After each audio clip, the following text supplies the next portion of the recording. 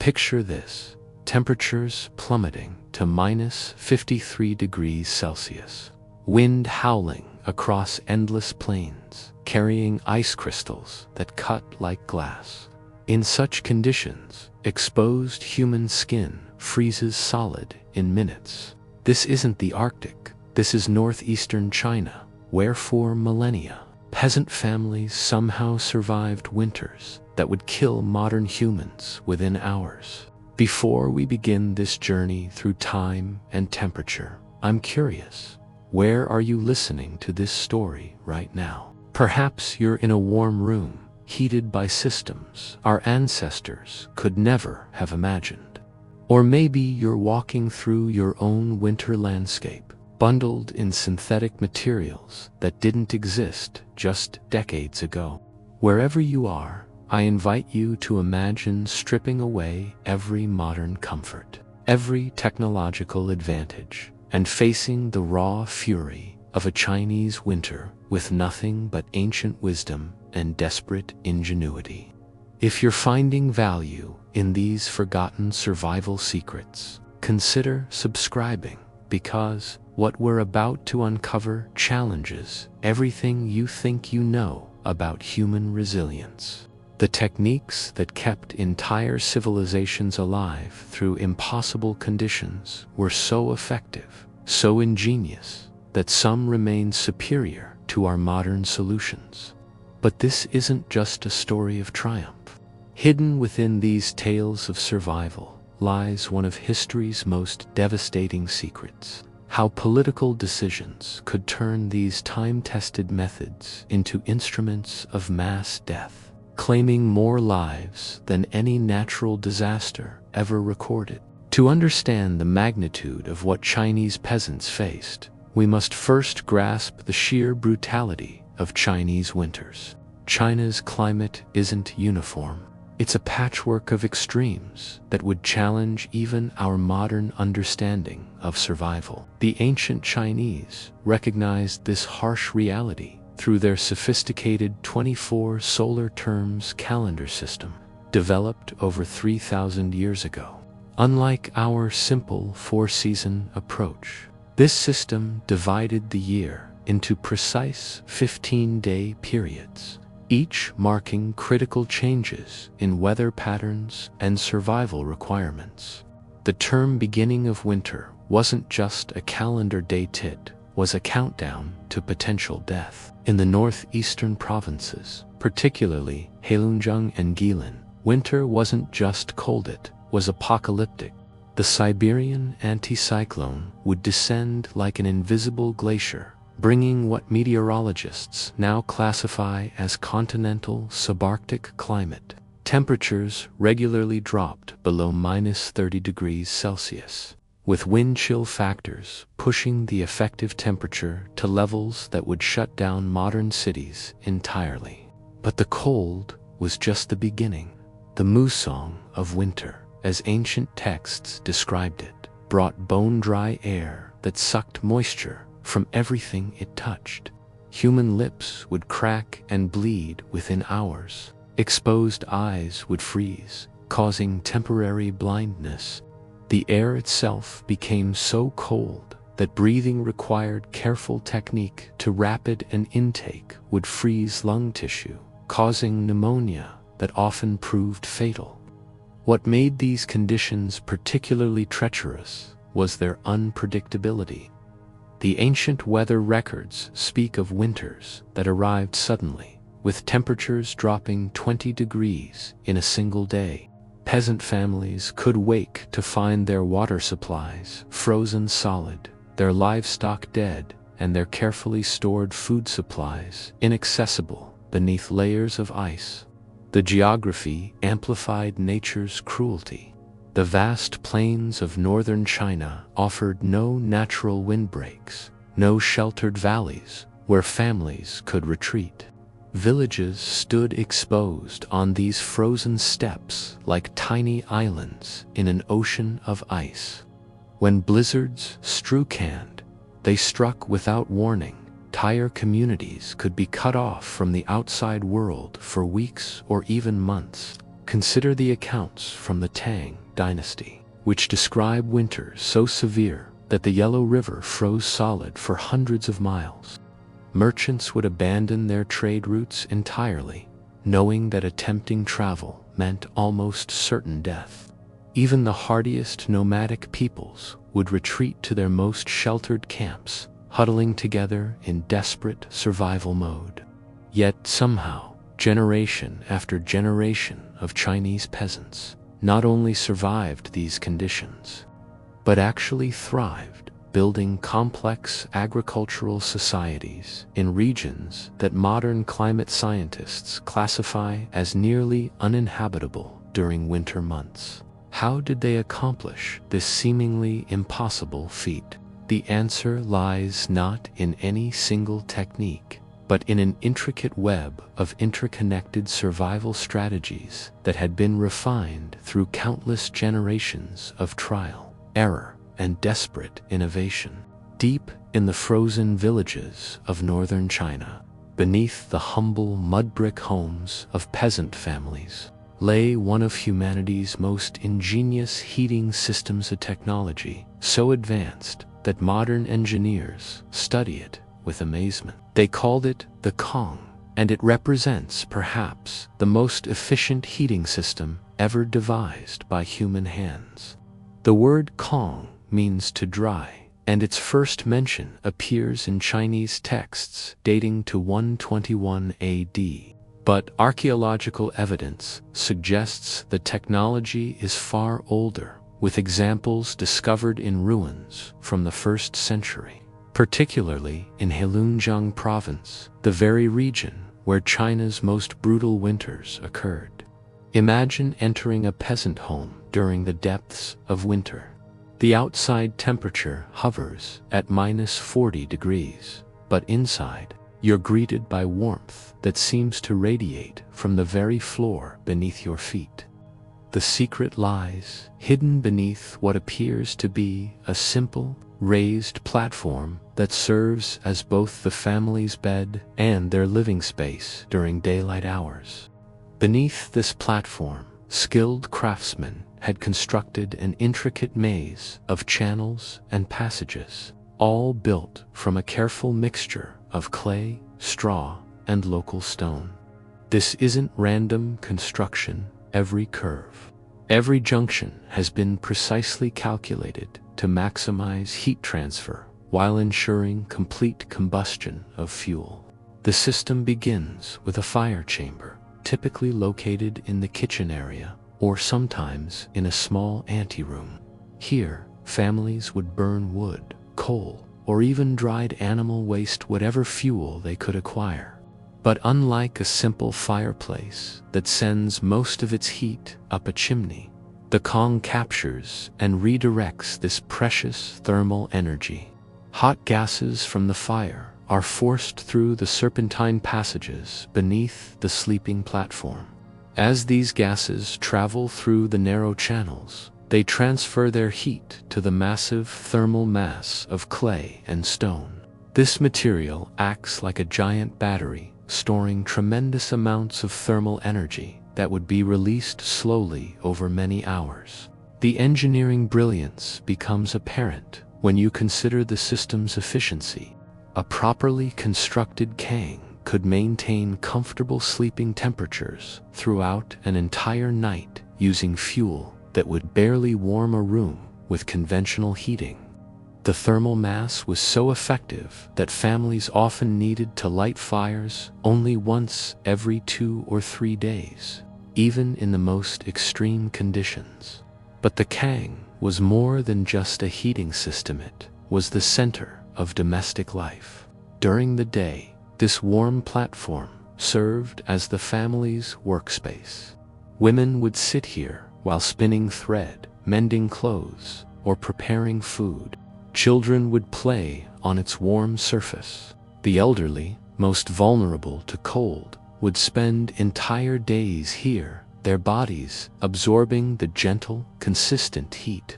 The construction of a Kang required specialized knowledge passed down through generations of craftsmen. The channels had to be precisely sized to narrow, and they would clog with ash and debris, too wide, and the heat would escape too quickly. The thermal mass had to be calculated based on the size of the dwelling, the typical fuel available, and even the number of family members who would share the warmth. Different regions developed their own variations. In Manchuria, where winters were most severe, Kangs were often built to heat entire floors, called dishang. These massive systems could warm multiple rooms simultaneously, creating microenvironments where families could survive temperatures that would quickly kill unprotected humans. The smoke and exhaust gases, after transferring their heat to the thermal mass, would exit through a chimney positioned at the far end of the system. This created a natural draft that ensured proper airflow while preventing dangerous carbon monoxide from accumulating in living spaces. Archaeological studies of ancient Kang systems reveal sophistication that rivals modern heating engineering. Some examples include multiple heating zones, allowing families to control temperatures in different areas of their homes. Others incorporated heat recovery systems that captured warmth from cooking fires and redirected it to the sleeping areas. What makes the Kang truly remarkable is its sustainability. The system required no external energy sources, no complex manufacturing, and could be built and maintained using entirely local materials. Broken sections could be repaired with clay and straw. The thermal mass would last for generations with minimal maintenance. This technology spread far beyond China's borders, adapted by Korean families as the Ondol system and by various Central Asian peoples. Even Russian peasants developed similar techniques, possibly learned during periods of Mongol influence. But nowhere was the technology as refined, as perfectly adapted to extreme conditions as in the frozen villages of northern China.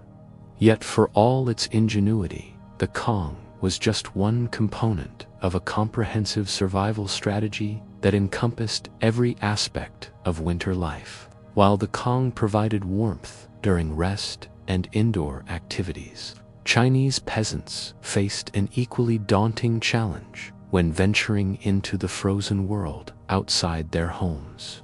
Their solution was a sophisticated clothing system that modern outdoor enthusiasts are only beginning to understand and appreciate. The Chinese developed what we now recognize as the world's first advanced layering system, but their approach went far beyond simply wearing multiple garments. Each layer served a specific purpose in the battle against hypothermia, and the entire system was designed around principles that wouldn't be formally understood by Western science until the 20th century. The foundation layer, worn directly against the skin, was typically made from silk or fine cotton. This might seem counterintuitive. Why wear such thin material in extreme cold? The answer lies in moisture management. These natural fibers could absorb perspiration while maintaining their insulating properties, preventing the deadly cycle where wet clothing steals body heat through evaporation. Over this base layer, peasants wore what were essentially the world's first thermal underwear systems. These garments, called neiyi, were carefully designed to trap warm air close to the body while allowing moisture to escape. Wealthier families used silk, which provided excellent insulation while remaining lightweight. Poorer families relied on cotton or hemp, often quilted with layers of silk waste or cotton batting. The middle layers varied dramatically based on social status and available resources. Wealthy landowners could afford garments lined with the finest furfox, sable, and ermine pelts imported from the northern territories of Tartary. These furs were arranged with the fur facing inward, creating an insulating barrier that could maintain body temperature even in the most extreme conditions. For common peasants, the middle layer often consisted of padded garments stuffed with whatever insulating materials they could acquire. Cotton batting was preferred when available, but families made do with everything from silk cocoon waste to carefully prepared bird down. Some regions developed techniques for processing cattail fluff and milkweed fibers into surprisingly effective insulation. The outer layer provided protection from wind and moisture, while allowing the layering system to function properly. This is where Chinese textile technology truly shone. Wealthy families wore garments made from tuancy, a satin weave that contemporary observers noted was stronger and more weather-resistant than comparable European fabrics. The design of these outer garments reflected centuries of refinement. They featured long sleeves that extended well beyond the hands, providing protection that could be adjusted as needed. The robes were cut to allow for extensive overlap, preventing wind from penetrating seams and closures. Multiple ties and fastenings ensured that the garments could be secured tightly against the body without restricting movement. Peasant families often wore a specialized outer garment called a chapan, a long coat made from thick wool or felt that provided wind protection while allowing internal layers to regulate temperature. These coats were designed to be worn loosely, creating air spaces that enhanced the insulating properties of the entire system. The extremities received particular attention, as Chinese medical understanding correctly identified hands and feet as the most vulnerable to frostbite. Hand protection involved multiple layers: silk inner gloves, padded mittens, and outer shells made from leather or treated fabric. The mitten design was particularly clever by keeping fingers together. Body heat could be shared more effectively than in individual finger gloves. Foot protection was equally sophisticated. Multiple layers of socks, made from materials ranging from silk to felted wool, were worn inside boots designed with thick felt or fur linings. The boots themselves often featured elevated wooden soles that provided insulation from frozen ground while allowing for better mobility in snow. Head protection went beyond simple warmth considerations. Chinese medical theory understood that substantial body heat loss occurred through the head, so winter headgear was designed to provide comprehensive coverage while maintaining peripheral vision and hearing necessary for safety. Wealthy families wore caps lined with expensive furs, while peasants created effective alternatives, using felted wool and whatever fur they could obtain from local animals. The color choices for winter clothing weren't random. They reflected deep understanding of both practical and cultural considerations. Black was traditionally associated with winter in Chinese cosmology, and dark colors helped absorb whatever solar radiation was available during short winter days. However, the wealthy often incorporated bright colors and intricate embroidery, both as status symbols and as psychological weapons against the depression that often accompanied long, dark winters. Perhaps most remarkably, this entire clothing system was designed to be adjustable throughout the day. As temperatures fluctuated or activity levels changed, layers could be added or removed without compromising the overall protection system. This flexibility was crucial for peasants who had to work outdoors during winter months, maintaining their crops, caring for animals, or gathering fuel. The maintenance and care of winter clothing represented a significant portion of household labor during autumn months. Every garment had to be carefully cleaned, repaired, and prepared for the coming season. Furs required special treatment to maintain their insulating properties. Padded garments needed to be restuffed if the insulation had compressed or deteriorated. But even the most sophisticated clothing system was useless without adequate nutrition to fuel the body's internal heating mechanisms. Food was more than sustenance. For Chinese peasants facing brutal winters, it was medicine, fuel, and often the difference between life and death. The traditional Chinese understanding of nutrition during cold months was so sophisticated that modern nutritional science has only recently begun to validate many of their practices. The foundation of winter nutrition lay in traditional Chinese medicine's concept of food as thermal medicine. Every ingredient was classified not just by its nutritional content, but by its thermal properties, whether it would warm the body from within or cool it down. During winter months, this became a matter of survival. The preparation for winter eating began months in advance during the autumn harvest season.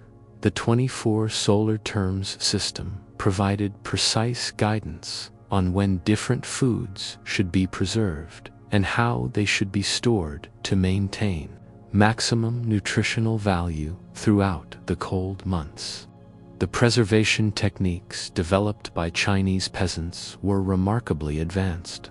Fermentation played a crucial role, not just for preservation, but for creating foods that would actively warm the body. Fermented vegetables, like pickled cabbage, retained vital nutrients that prevented scurvy and other diseases that plagued winter populations elsewhere in the world. The process of making these preserved foods was almost ritualistic in its precision. Families would gather during specific days indicated by the solar calendar when conditions were optimal for fermentation. Vegetables were layered with precise amounts of salt, pressed under carefully calculated weights, and stored in specially prepared containers that maintained ideal conditions throughout the winter months. Soy products took on special significance during winter. Tofu, which had been invented in China precisely to provide protein to populations that couldn't afford meat, was prepared in winter variations that provided concentrated nutrition and internal warming.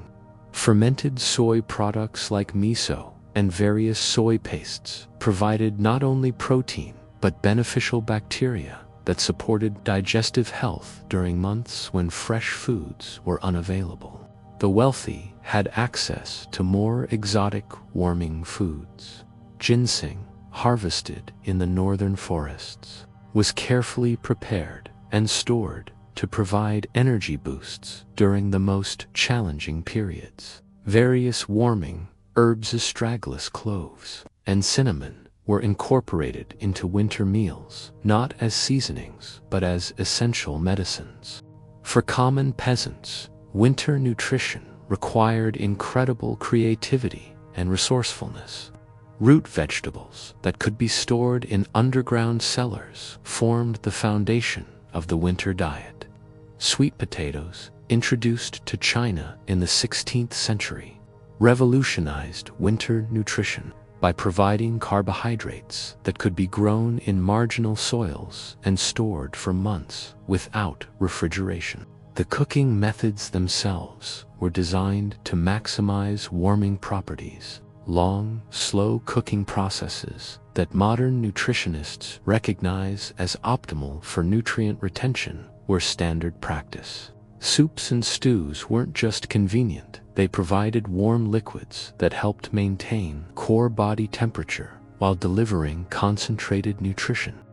Hot teas played a crucial role that went far beyond simple warming. Different herbal combinations were prepared to address specific winter health challenges. Ginger tea helped maintain circulation to extremities. Various pine needle teas provided vitamin C that prevented scurvy. Warming spice combinations helped maintain digestive function. When cold stress suppressed appetite, The timing of meals became crucial during extreme cold periods. Chinese peasants understood that eating warm food helped raise core body temperature. So families would coordinate their eating schedules with the coldest parts of the day. Hot meals before sleep helped maintain body temperature throughout the night when heating systems might burn down. Fat intake increased dramatically during winter months, but this wasn't simply overeating, it was calculated nutritional strategy. The body's increased caloric needs during cold stress required concentrated energy sources, and fats provided more than twice the calories per gram compared to carbohydrates or proteins. Animal fats were particularly prized. Pork fat could be rendered and stored for months, providing both cooking medium and direct nutrition. In regions where pigs weren't available, families might raise ducks specifically for their fat, which could be preserved and used throughout the winter. The wealthy had access to more exotic fats. Bear fat was considered particularly warming and was traded across vast distances. Various oils extracted from nuts and seeds provided not only calories but essential fatty acids that supported health during the stress of extreme cold. Protein sources during winter required careful planning. Dried and salted meats could be stored for months when properly prepared. Fish, particularly fatty fish from northern waters, were preserved using techniques that maintained their nutritional value while preventing spoilage. For peasant families who couldn't afford much meat, eggs became crucial protein sources. Chickens and ducks that could survive winter conditions provided not only eggs but eventual meat, making them invaluable assets that families protected with their lives. The psychological aspects of winter eating were equally important. Familiar flavors and comforting textures helped maintain morale during the darkest months. Special preparations were reserved for holidays and celebrations, providing psychological sustenance that was nearly as important as physical nutrition. Alcohol played a complex role in winter survival. While Chinese medicine understood the dangers of alcohol in cold conditions, initial warming, sensation followed by dangerous heat, loss-controlled consumption of warming alcohols, like rice wine, provided both psychological comfort and limited medicinal benefits. The preparation and sharing of winter foods reinforced social bonds that were crucial for survival. Families would gather to prepare preserves, share resources, and ensure that no household lacked essential nutrition. These communal activities provided psychological support that helped communities survive the isolation and stress of extreme winter conditions. But all the food in the world was useless if the body couldn't properly process and utilize it during cold stress. Traditional Chinese medicine possessed sophisticated understanding of how the human body responded to extreme cold, and their treatments for winter survival were based on principles that modern medicine has only recently validated. The concept of maintaining internal fires while protecting against external cold formed the foundation of medical practices that kept entire populations healthy through conditions that would devastate modern urban dwellers. The traditional Chinese understanding of winter health began with the concept of kidney energy, not just the physical organs, but the entire system that traditional Chinese medicine believed controlled the body's fundamental energy reserves. Winter was seen as the season when these energy reserves were most severely tested, requiring specific practices to maintain what they called the Ming Men, or gate of life. Acupuncture points specific to cold protection were stimulated through various techniques. The Mingmen point, located on the spine at the level of the kidneys, was considered crucial for maintaining core body temperature. Peasant families learned simple massage techniques that could stimulate these points without requiring professional medical intervention. The practice of moxibustion, burning small amounts of dried mugwort over specific acupuncture points, became a household skill during winter months. This technique provided direct warming to crucial energy points while delivering herbal medicine through the skin. Families would gather around these warming sessions, providing both medical treatment and social bonding during the darkest months. Breathing techniques developed by Chinese medical practitioners were specifically designed to maintain internal heat generation. These weren't simple exercises, but sophisticated methods for controlling the body's energy production and distribution. The breathing of the kidneys technique taught practitioners to direct warm energy to their extremities, preventing frostbite and maintaining circulation under extreme conditions. The famous practice of Qigong took on special significance during winter months. Specific movements and breathing patterns were designed to generate internal heat while improving circulation to vulnerable extremities. These exercises could be performed in confined spaces, making them practical for families confined to their homes during blizzards or extreme cold spells. Herbal medicine reached its highest sophistication in winter preparations. The warming herbs mentioned earlier weren't simply consumed. They were prepared according to precise formulas that had been refined through centuries of experimentation. Ginseng preparations varied based on individual constitution, age, and specific cold-related symptoms. Astragalus, called Huang Qi in Chinese, was prepared in specific combinations designed to boost the immune system during the stress of cold exposure. Modern research has validated many of these traditional uses, confirming that astragalus does indeed enhance immune function and help the body adapt to environmental stresses. The use of ding shang or cloves went beyond simple warming. These aromatic compounds were understood to strengthen kidney function and improve circulation. Families would prepare clove-infused oils that could be applied to the skin for localized warming, or consumed in teas for systemic effects. Topical treatments for cold protection involved sophisticated understanding of how different substances interacted with skin exposed to extreme temperatures.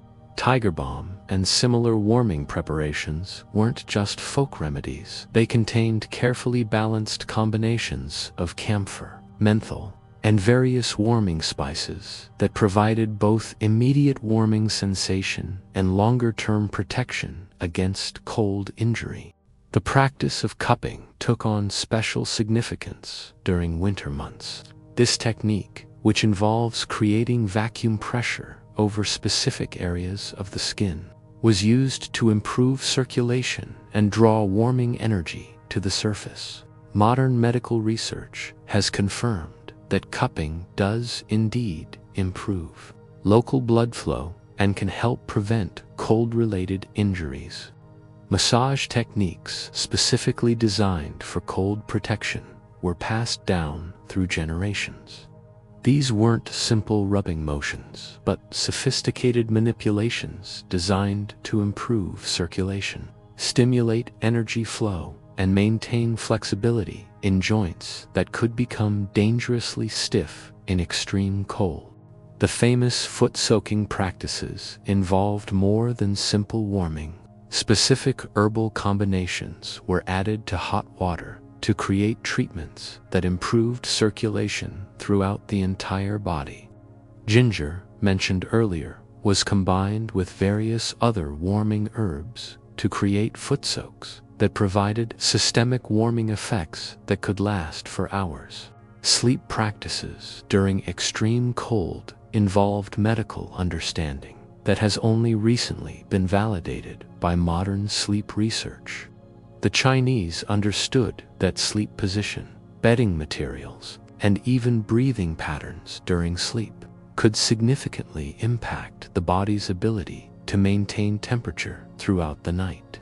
The practice of shared warming between family members wasn't just practical necessity, was based on medical understanding of how body heat could be most effectively shared and conserved. Specific positioning techniques ensured that body heat was distributed evenly while preventing the loss of warmth to cold surfaces.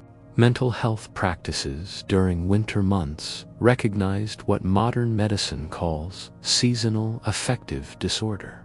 Traditional Chinese medicine developed specific techniques for maintaining mental equilibrium during the long, dark months when psychological stress could compromise physical health. Meditation practices adapted for winter conditions helped practitioners maintain internal focus and energy generation even when external conditions were most challenging.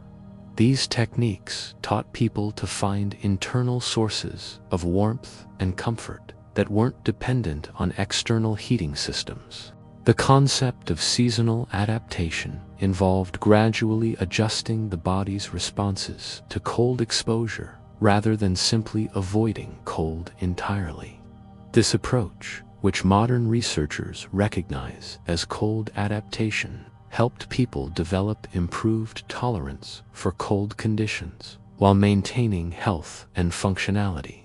But all of these individual and family survival techniques depended on broader community cooperation and shared resources. Survival during China's harshest winters was never an individual endeavor.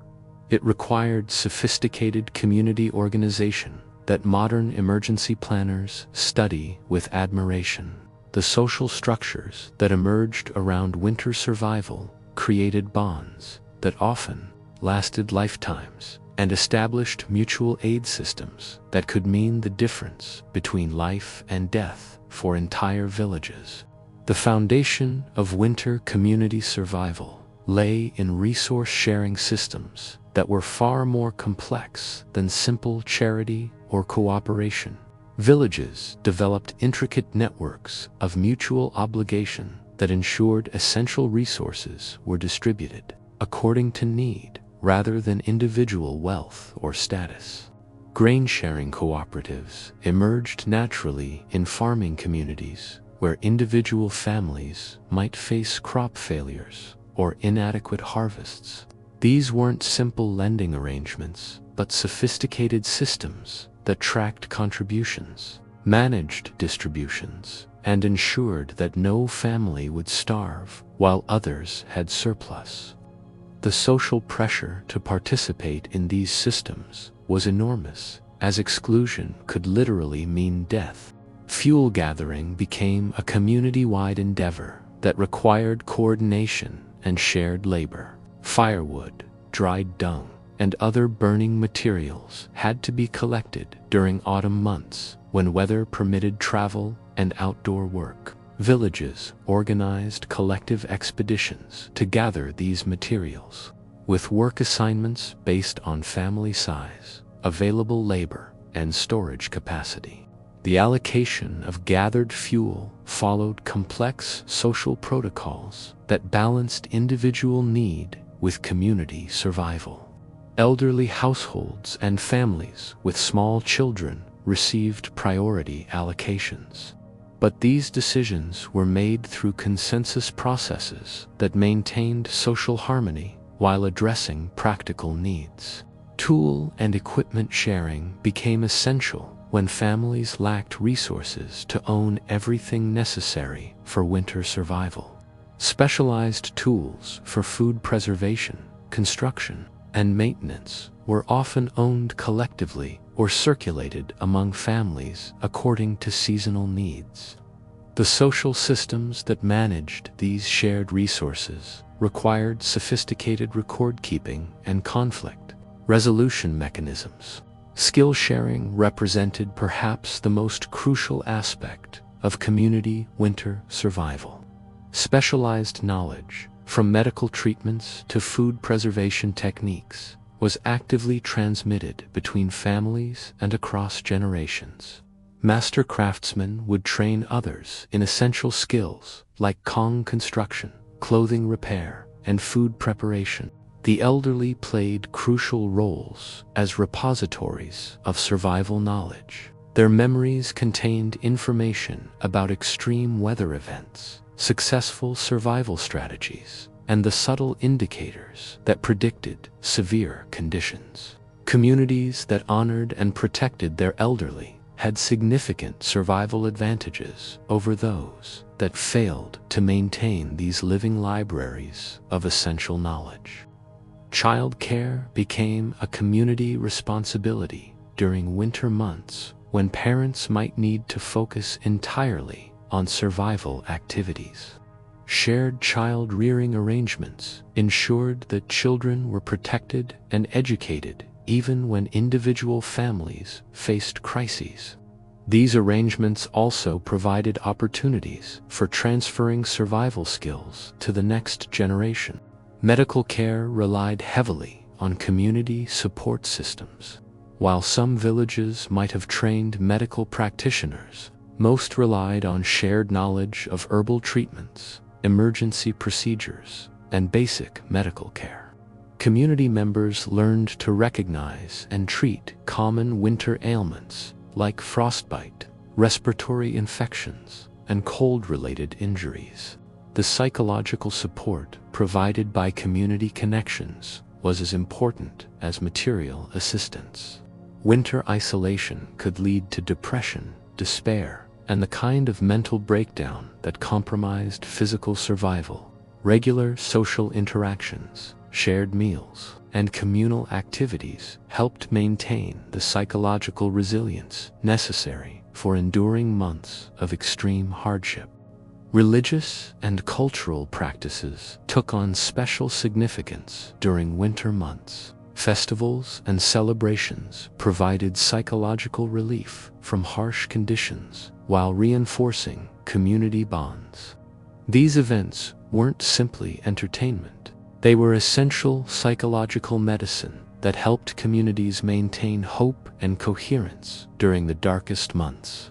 Storytelling traditions flourished during winter months when families were confined indoors.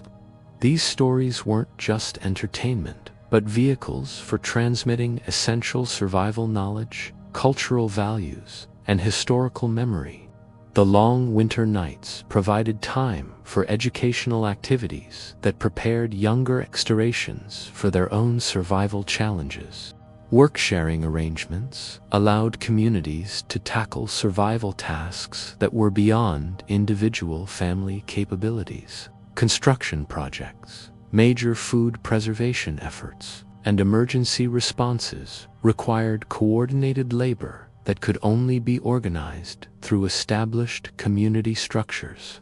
The resolution of conflicts became crucial during winter months when tensions could escalate quickly in confined, stressed conditions. Communities developed formal and informal mechanisms for mediating disputes, preventing violence, and maintaining the cooperation essential for survival.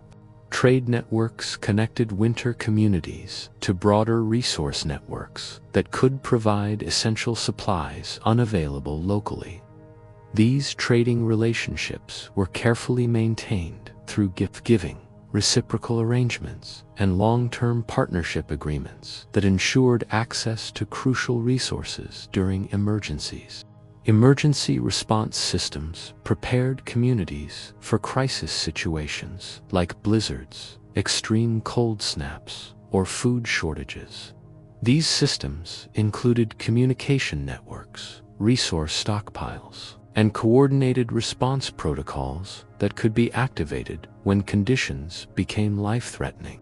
The integration of newcomers into winter communities required careful management, as additional mouths to feed could strain limited resources, while additional hands could provide valuable labor. Communities developed criteria and processes for accepting or rejecting new members based on their ability to contribute to collective survival. Leadership during winter months often shifted from normal village hierarchies to those with specific winter survival expertise, practical knowledge, and demonstrated competence in extreme conditions carried more weight than traditional authority structures, creating temporary leadership arrangements optimized for survival rather than normal social organization.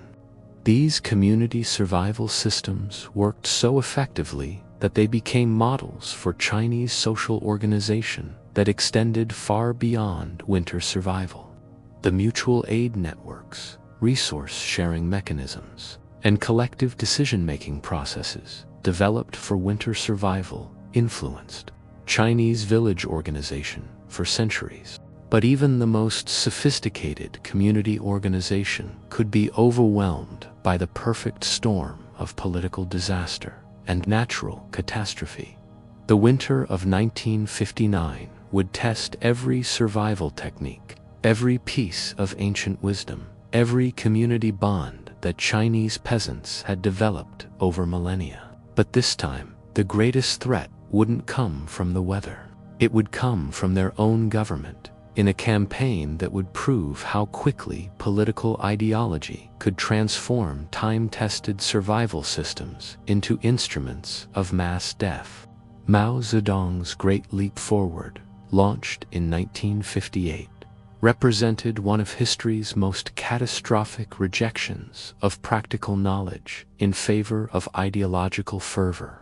The policies implemented during this campaign didn't simply ignore the realities of winter survival. They actively dismantled the systems that had kept Chinese peasants alive for generations. The traditional agricultural calendar, based on the sophisticated 24 solar terms system, was abandoned in favor of political timetables that bore no relationship to natural cycles. Peasants who had spent generations learning to read weather patterns and prepare for winter were ordered to follow planting and harvesting schedules dictated by party officials who had never worked in agriculture. The community resource sharing systems that had formed the backbone of winter survival were branded as capitalist remnants and systematically destroyed. Grain-sharing cooperatives were replaced with mandatory quotas that demanded peasants surrender their food stores to the state, regardless of local survival needs. The specialized knowledge that master craftsmen had developed over lifetimes, how to build efficient kangs, preserve food, prepare winter clothing, was dismissed as backward thinking. Traditional techniques were replaced with politically approved methods that often contradicted basic principles of physics and biology. The iron-working campaign that diverted peasants from essential winter preparation work epitomized the deadly intersection of politics and survival. Families who should have been gathering fuel, preserving food, and maintaining their heating systems were instead forced to participate in useless steel production that consumed the very materials they needed for winter survival. Village after village found their carefully hoarded fuel supplies confiscated for backyard furnaces that produced unusable metal. The wood, coal, and other combustible materials that represented months of preparation for winter heating were literally burned up in service of impossible production targets. Food requisition policies created artificial famines even in areas where harvests had been adequate. The sophisticated preservation techniques that had allowed communities to maintain nutrition throughout winter months became irrelevant when the preserved food was seized by government officials and shipped to cities or exported to other countries. The breakdown of traditional authority structures meant that communities lost their most knowledgeable leaders precisely when their expertise was most needed. Village elders who understood local survival techniques were often targeted as old thinkers, and removed from positions where they could guide winter preparation efforts. The mobility restrictions imposed during this period prevented communities from accessing their traditional survival networks. Trade relationships that had provided essential winter supplies for generations were severed by political boundaries and movement controls that ignored the realities of seasonal survival needs. Medical knowledge that had been carefully preserved and transmitted through generations was suddenly declared superstitious and backward. Traditional treatments for cold-related ailments were banned in favor of modern medicine that often wasn't available in rural areas, leaving communities defenseless against winter health challenges. The psychological impact of these changes was as devastating as their practical effects. Communities that had maintained morale through centuries of harsh winters suddenly found themselves stripped of the cultural practices, social bonds, and shared beliefs that had provided psychological resilience during extreme hardship. The winter of 1959-1960 became a laboratory for testing whether human beings could survive extreme conditions without the accumulated wisdom of their ancestors. The experiment failed catastrophically.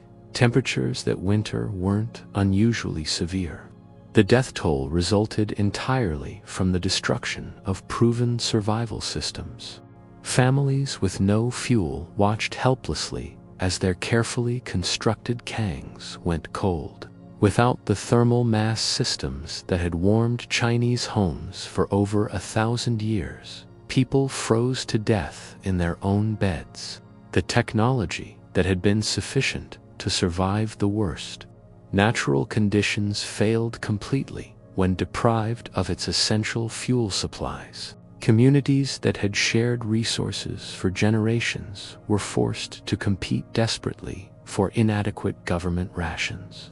The mutual aid networks that had been the foundation of winter survival collapsed, as families were ordered to inform on neighbors who hoarded food or failed to meet impossible quotas. The knowledge systems that had preserved essential survival information across generations were actively suppressed as politically incorrect.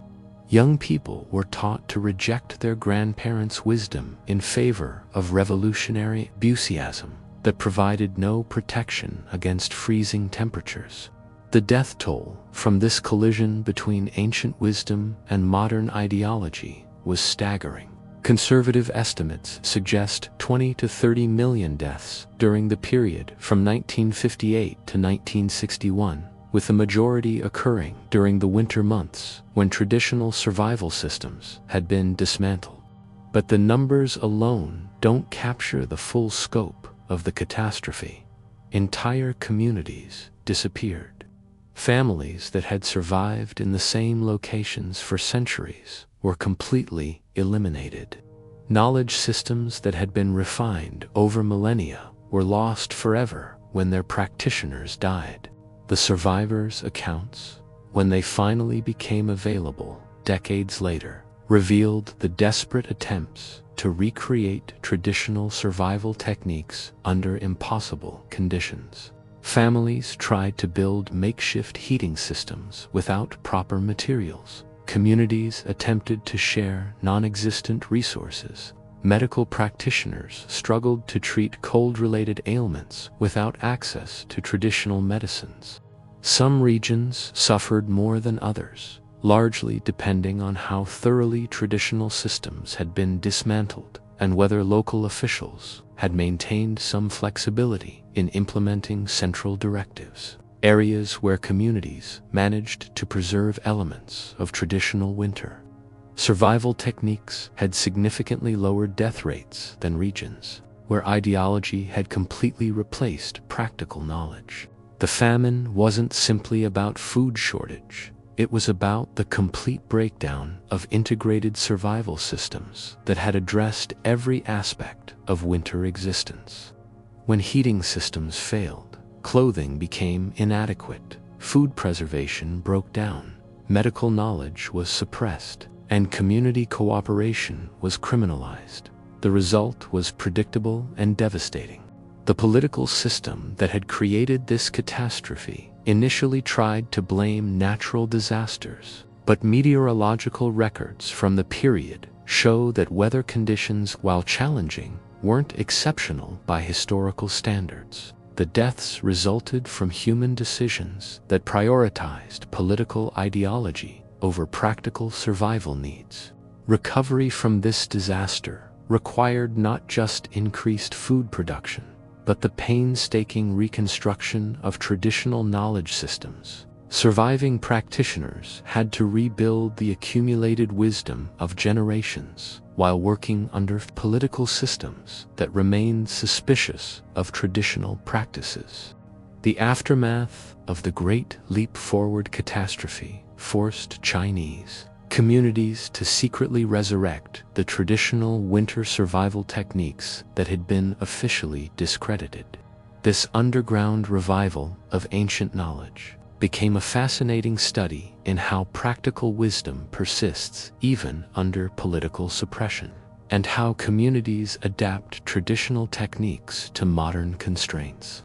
The rehabilitation of the Kang heating system happened gradually and quietly.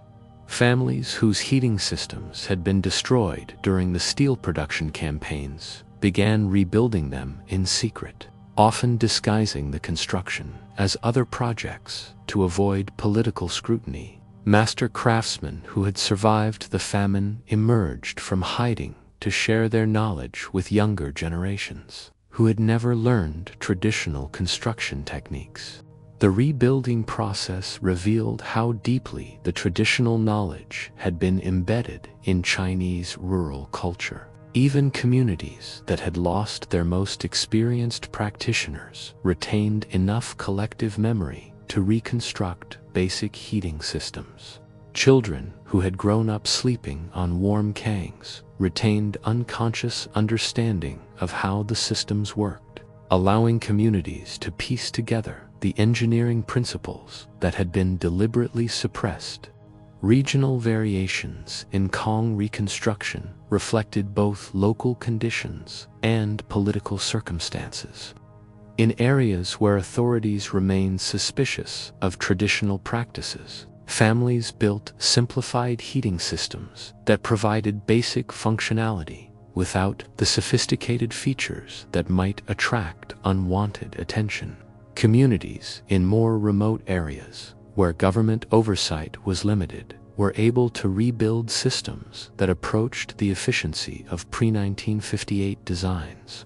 The fuel crisis that had precipitated much of the winter death toll during the famine years led to innovations in Kang design that improved efficiency even beyond traditional levels. Families who had learned to survive on minimal fuel developed heating systems that extracted more thermal energy from limited combustible materials. These improvements represented genuine technological advancement built on traditional foundations.